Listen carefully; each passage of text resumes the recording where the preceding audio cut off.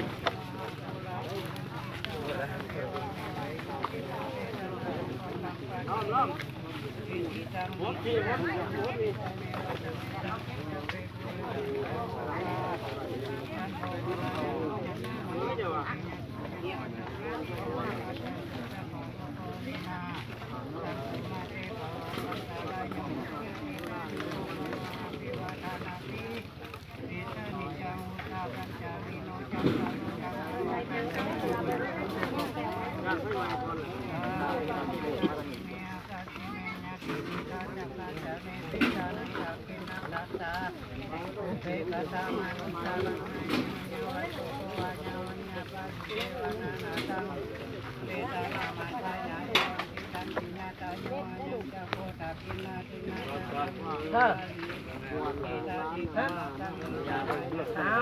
ไปกันนะพูดว่าสิแล้วไม่เอาไม่เอาแล้วว่างได้สุดน้ำได้ฮะเบ้เบ้อาจารย์แม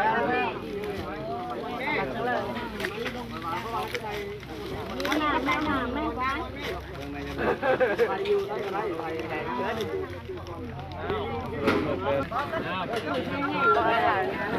เข้าวัดเลยนะ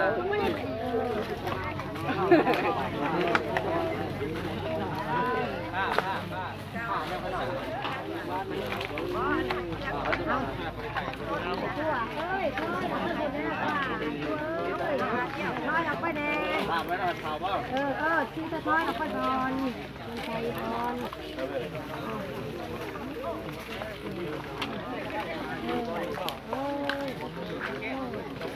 บอลบอลบอลไทยใส่หน้า